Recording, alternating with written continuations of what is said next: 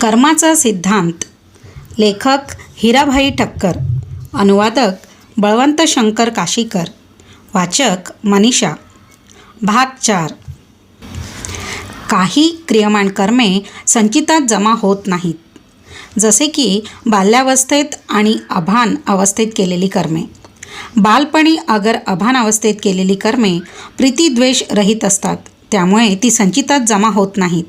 एखाद्या बालकाने अग्नीत हात घातला तर भाजण्याचे तात्कालिक फल देऊन ते शांत होईल, संचितात जमा होणार नाही. समजा एखादे 3-4 वर्षाचे मूल पलंगावर चढून उड्या मारीत असेल आणि तेथे असलेल्या 2-3 महिन्यांच्या धाकट्या भावंडाच्या गळ्यावर त्याचा पाय पडला आणि योगायोगाने ते बालक दगावले, तर त्या 4 वर्षाच्या मुलावर खुनाच्या आरोपाखाली कोर्टात खटला भरता येत नाही व ते कर्म अजाण अवस्थेत घडलेले असल्याने संचितातही ते जमा होत नाही.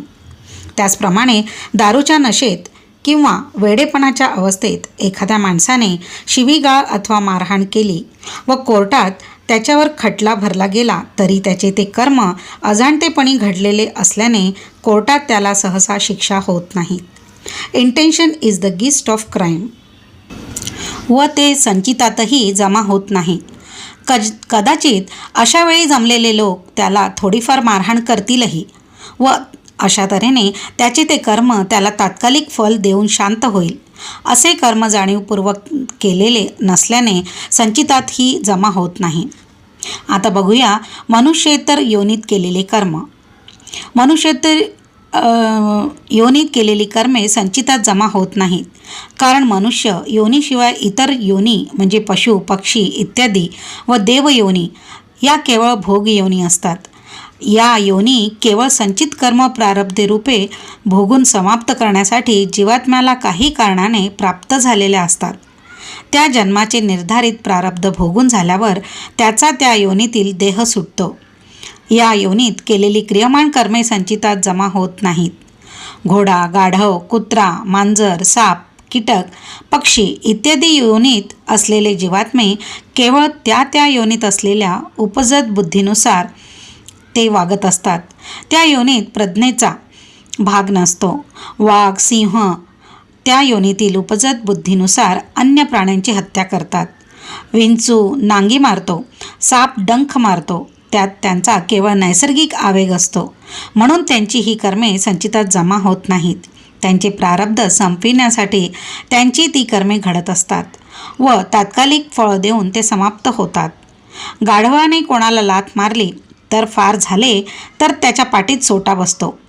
कर्म फळ देऊन समाप्त होते. सोटा न बसला तरी त्याचे ते कर्म केवळ नैसर्गिक आवेगाने घडलेले असल्याने संचितात परिवर्तित होत नाही. साप किंवा कुत्रा कोणाला जर चावला आणि परिणामी तो माणूस मेला, तरी त्या सापावर अगर कुत्र्यावर फिर्याद करता येत नाही, कारण फौजदारी कायदा केवळ माणसाला लागू होतो. पशुपक्ष्यांवर त्यांचा अंमल होत नाही. गायी म्हशी कोणाच्या शेतात शिरून पिकाचे नुकसान करू लागल्या तर शेताचा राखणदार त्यांना मारपीट करून त्यांना हाकलून देतो.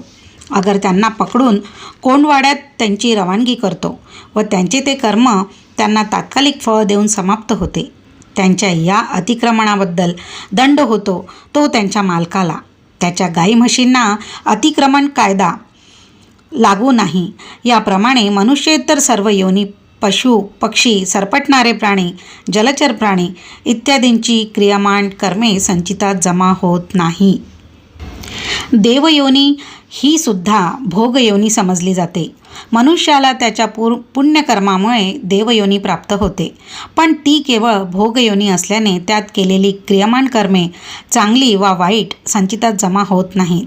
असे पूतपापा निर्धूत कल्माशा जीवात्मे त्यांच्या पुण्यकर्मानुसार देवलोक, स्वर्गलोक इत्यादी ठिकाणी जाऊन दिव्य भोग भोगू शकतात व पुण्याचा साठा संपला की पुन्हा या मर्त्यलोकात त्यांना लोटले जाते. अशा जीवात्म्यांनी स्वर्गलोकात जरी पुण्यकारक क्रियमाण कर्मे केली तरी त्यांचा पुण्यसाठा वाढत नाही व त्यांना आपला तेथील मुक्काम वाढवताही येत नाही. गीतेत भगवंतांनी स्पष्ट सांगितलेले आहे, ते पुण्यमासाद्य सुरेंद्रलोकम अश्नन्ति दिव्यान दिवी देवभोगान तेतं भुक्त्वा स्वर्गलोकम विशालम क्षिणे पुण्ये मर्त्यलोकम विशन्ति. आपण थंड हवेच्या ठिकाणी मौज मजा करण्यास जातो, परंतु द्रव्यपुंजी संपली की तिथे अधिक थारा नाही. मग आपल्याला घरी परतावे लागते. अशा ठिकाणी अधिक राहावेसे वाटले तरी त्यासाठी अधिक पैसे मिळविण्याचे साधन नसते. याप्रमाणेच स्वर्गात पुण्यसाठा असते तोवरच राहता येते, नंतर पुन्हा या भूतलावर परतावे लागते. आता बघूया कर्तृत्वाभिमान रहित केलेली कर्मे. कर्तेपणाच्या अभिमानरहित केलेली कर्मे म्हणजेच अकर्म समजली जातात व संचितात जमा न होता त्यांचे फळ भोगण्यासाठी पुन्हा देह धारण करावा लागत नाही आणि म्हणून जन्ममरणाच्या चक्रात अडकावे लागत नाही. एखाद्या न्यायाधीशाने खुनाच्या आरोपीला आरोप सिद्ध झाल्यावर फाशीची शिक्षा फरमावली तर तो एका माणसाची हत्या केल्याबद्दल जबाबदार धरला जात नाही, कारण त्याच्यात कर्तृत्वाची भावना नसते. शिक्षा देण्याचे काम तो आपले कर्तव्य म्हणून करीत असतो. कायद्याच्या कक्षेत राहून न्यायदानाचे काम सरकारचा त्या कामासाठी नेमलेला एक अधिकारी म्हणून तो ते करत असतो. ते कर्म त्याला बंधनकारक ठरत नाही, त्याच्या संचितात ते जमा होत नाही. म्हणूनच भगवंतांनी गीतेत अर्जुनाला आश्वासनपूर्वक सांगितले की या धर्मयुद्धात तुझ्या हातून कितीही हत्या झाली तरी ते कर्म कर्तृत्वाभिमान रहित असल्याने धर्मयुद्धात धर्माची बाजू रक्षण करणारा एक योद्धा म्हणून केवळ कर्तव्य भावनेने केले असल्यामुळे तुला बंधनकारक ठरणार नाही. भगवान सांगतात, यस्य नाहं कृतो भावो बुद्धिर्यस्य न लिप्यते हत्वापि स इमान लोकान न हंती न निबध्यते. अर्थ, ज्याचे अंतःकरण अहंकारयुक्त नसते, ज्याची बुद्धी फळासक्तीने मलिन झालेली नसते, त्याने या लोकांना ठार मारले तरी तो मारकरी ठरत नाही आणि त्या कर्माने तो बद्धही होत नाही. हे तत्त्व जाणणारा आणि मी करतो असा अभिमान ज्याच्यात नाही असा जीव धर्ममर्यादेत राहून न्यायनीतीच्या मार्गाने जी जी कर्मे स्वतःचे कर्तव्य म्हणून करतो ती त्याच्या हातून केवळ घडत असल्याने त्याला बंधनकारक ठरत नाही. त्या कर्मांना तो केवळ निमित्त मात्र असल्याने जबाबदार ठरत नाही. भगवान गीतेत सांगतात, नैव किंचित करोमीति युक्तो मन्येत तत्त्ववित् पश्यन् शृण्वन् स्पृशन् जिघ्रन् अश्नन् गच्छन् स्वपन् श्वसन् प्रलपन् विसृजन् गृह्णन् उन्मिषन् निमिषम् अपि इंद्रियाणि इंद्रियार्थेषु वर्तन्त इति धारयन्.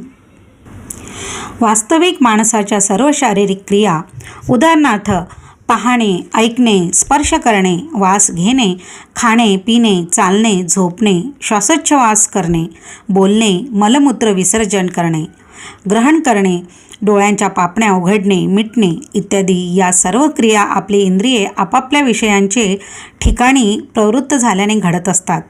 अज्ञानी मनुष्य त्या मी करतो असा वृथाभिमान बाळगतो. ज्ञानी तसा अभिमान बाळगत नाही. बैलगाडी उन्हातून चालली असता सावलीसाठी त्या खालून चालणारा कुत्रा थोड्या वेळाने असा अभिमान करू लागतो की गाडीचे ओझे मीच वाहून नेत आहे. वास्तविक ती गाडी बैल ओढीत असतात. अनेक लोक अशा तऱ्हेचा वृथाभिमान बाळगून आयुष्यात घडणाऱ्या सर्व घटना स्वतःच्यामुळे घडत असते असा वृथा अभिमान बाळगू लागतो. या मीपणाच्या अभिमानामुळे त्यांची ती कर्मे त्यांना बंधनकारक बनवतात व त्यांचे फळ भोगण्यासाठी त्यांना पुन्हा पुन्हा देहबंधनात पडावे लागते. भगवद्गीतेच्या 16व्या अध्यायात स्वतःचे कर्तृत्वाच्या मिथ्या अभिमानाने फुगलेल्या लोकांचे वर्णन आसुरी संपत्तीचे लोक असे केलेले आहे. त्यांचे वर्णन करताना भगवान सांगतात की अशा लोकांना नेहमी असे वाटत असते की मी आज हे मिळविले, माझा हा मनोरथ मी पूर्ण करीन. आज मी इतके धन मिळविले, उद्या आणखी अधिक धन मिळवेन. आज मी या शत्रूचा नाश केला, उद्या आणखी शत्रूंचा निपात करेन. मी स्वतः जणू कर्तृत्ववान असा ईश्वरच आहे. मी ऐश्वर्यवान आहे, मी सिद्ध पुरुष आहे, मी फार बलवान आहे, मी फार सुखी आहे, मी धनवान आहे, माझा जन्म मोठ्या उच्च कुळात झाला आहे, माझ्या समान श्रेष्ठ कोण आहे, मी मोठा दानधर्म करणारा आहे, मी मोठमोठे यज्ञ करीन, मी मोठा मान सन्मान प्राप्त करीन इत्यादी हजारो इच्छा आकांक्षा असे लोक रात्रंदिवस हृदयाशी बाळगून असतात. अशा आसुरी वृत्तीच्या लोकांचे भवितव्य सांगताना भगवान म्हणतात, हे अनेक प्रकारचे भ्रम बाळगणारे मोहरूपी जाळ्यात पूर्णपणे गुरफटलेले लोक विषयभोगात अत्यंत आसक्त असलेले निश्चितपणे अतीव दुःखदायक अशा रोरव नरकात पडतात. त्यांना दुसरी गती नाही. असे लोक जी जी कर्मे करतात आणि ती बहुधा अशुभच असतात, ती कर्मे त्यांच्या संचितात जमा होऊन त्यांची कटू फळे भोगण्यासाठी त्यांना सतत जन्म मरणाच्या रहाटगळ्यात फिरावे लागते. आता ऐकूया समष्टीच्या म्हणजेच सर्व लोकांच्या कल्याणासाठी केलेली कर्मे. कित्येक कर्मे लोकदृष्टीने पापकर्मे ठरत असली तरी जर ती समिष्टच्या म्हणजे जगाच्या कल्याणासाठी केलेली असली तरी पापकर्मे ठरत नाहीत व संचितात ती जमाही होत नाहीत. खोटे बोलणे हे पाप समजले जाते. तसेच कोणाला खोटे बोलण्यास भाग पाडणे वा प्रवृत्त करणे हेही पाप समजले जाते. असे असूनही खुद्द भगवान श्रीकृष्णांनी धर्मराजासारख्या सत्यवक्ता अशी ख्याती असलेल्या राजाला खोटे बोलण्याची प्रेरणा देऊन नरो वा कुंजरो वा असे बोलण्यास भाग पाडून द्रोणपुत्र अश्वत्थामा मेल्याचा आभास निर्माण केला. हे करण्यात श्रीकृष्णाचा कोणताही व्यक्तिगत स्वार्थ नव्हता. इतकेच काय, पण पांडव जिंकले तर त्याला राज्याचा काही भाग अथवा काही दलाली म्हणजेच कमिशन मिळणार नव्हती. पण युधिष्ठिर असे बोलला नसता तर द्रोणाचार्य मरणे असंभव होते. पण द्रोणाचार्याचा मृत्यू ही समिष्टच्या कल्याणार्थ काळाची गरज होती. कारण आततायी व अन्यायी अशा कौरवांचा नाश करण्यासाठी लढल्या गेलेल्या धर्मयुद्धात पांडवांचा जय होणे अत्यावश्यक होते.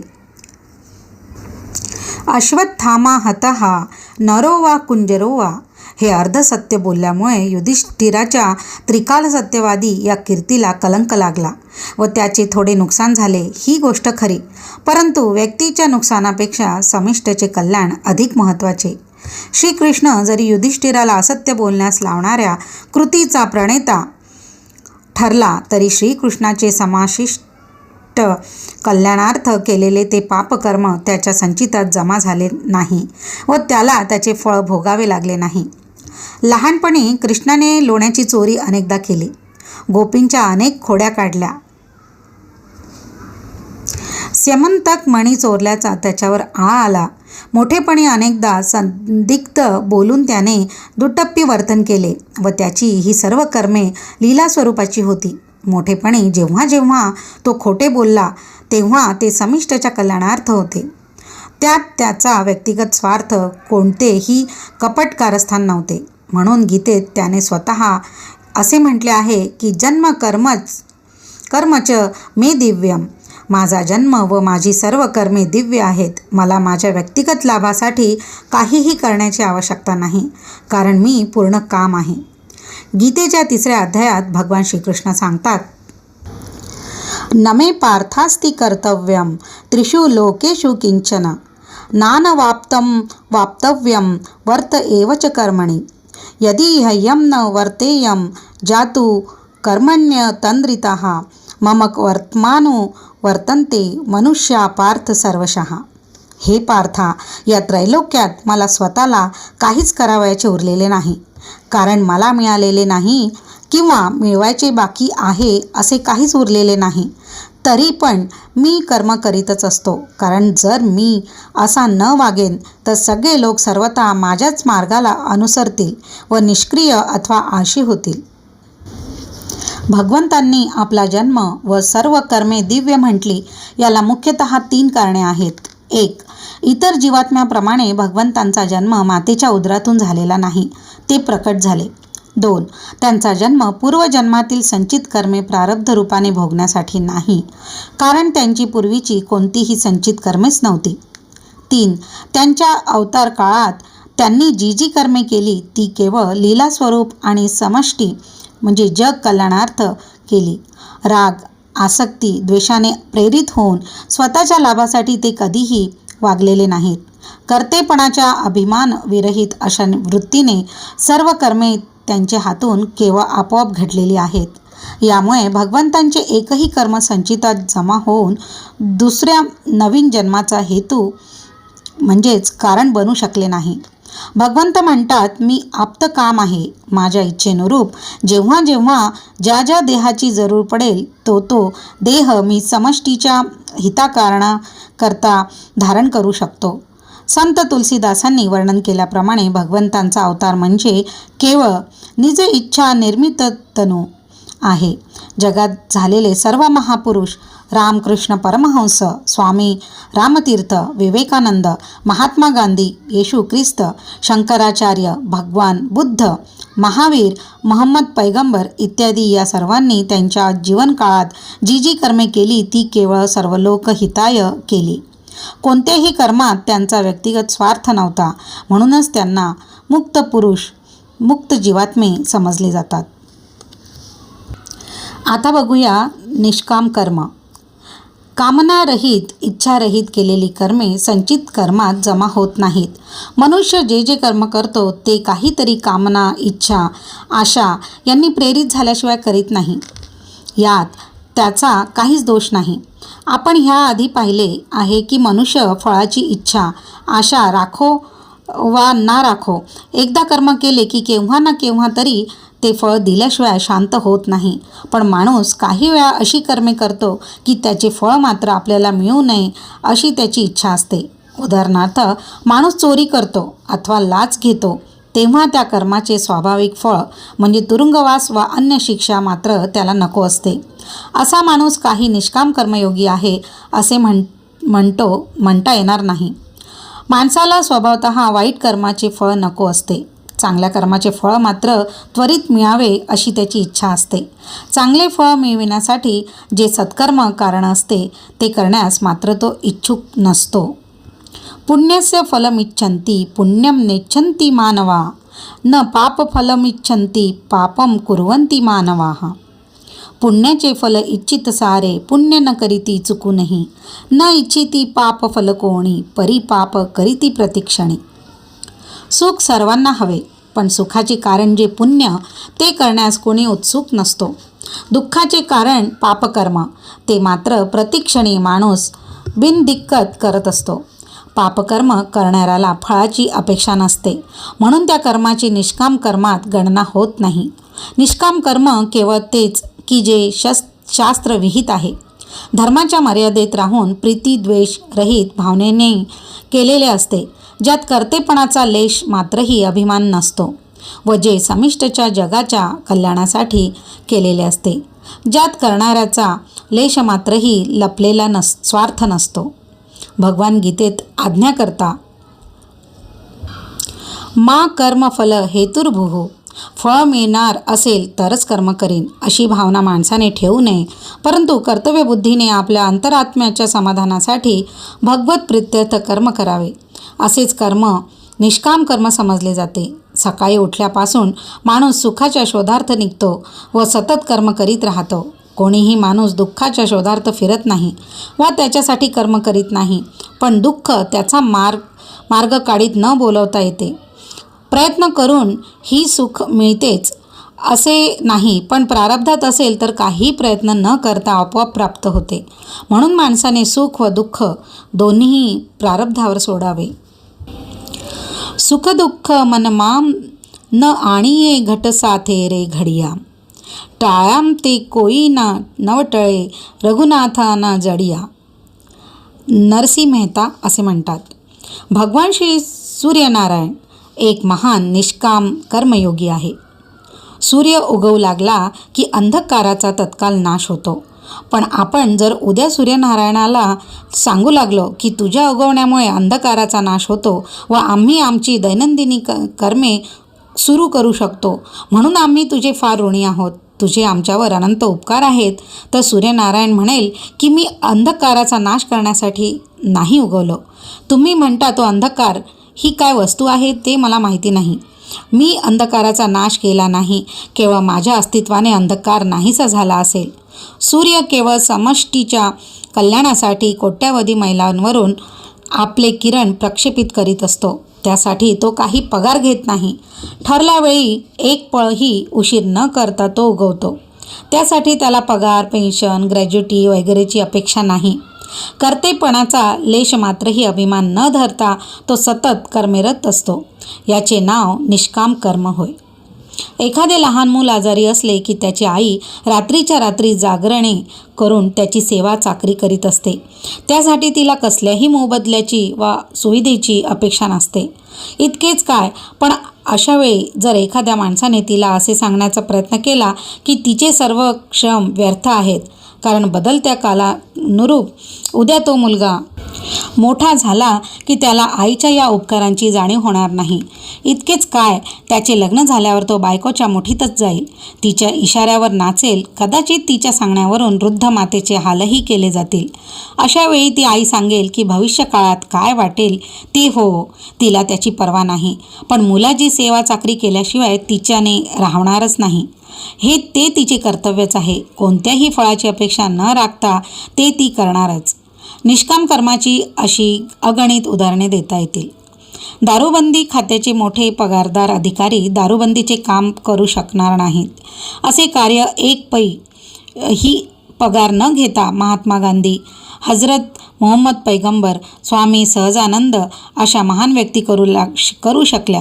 त्यांनी हे कार्य केवळ लोककल्याणार्थ मोबदल्याची कोणतीही अपेक्षा न बाळगता निस्वार्थ भावनेने केले. त्यांनी त्यासाठी पगार, प्रमोशन, पेन्शन, ग्रॅज्युटी, हक्काची वा किरकोळ रजा मागितली नाही. याचे नाव निष्काम कर्म हे होय. आता आपण प्रारब्धावर कसा काबू मिळवावा व ते भोगत असताना नवे क्रियमाण कर्म पुन्हा संचितात जमा न होण्यासाठी प्रारब्ध कसे भोगावे याची युक्ती पाहू पुढील भागात. अशा प्रकारे भाग 4 येथे पूर्ण झाला.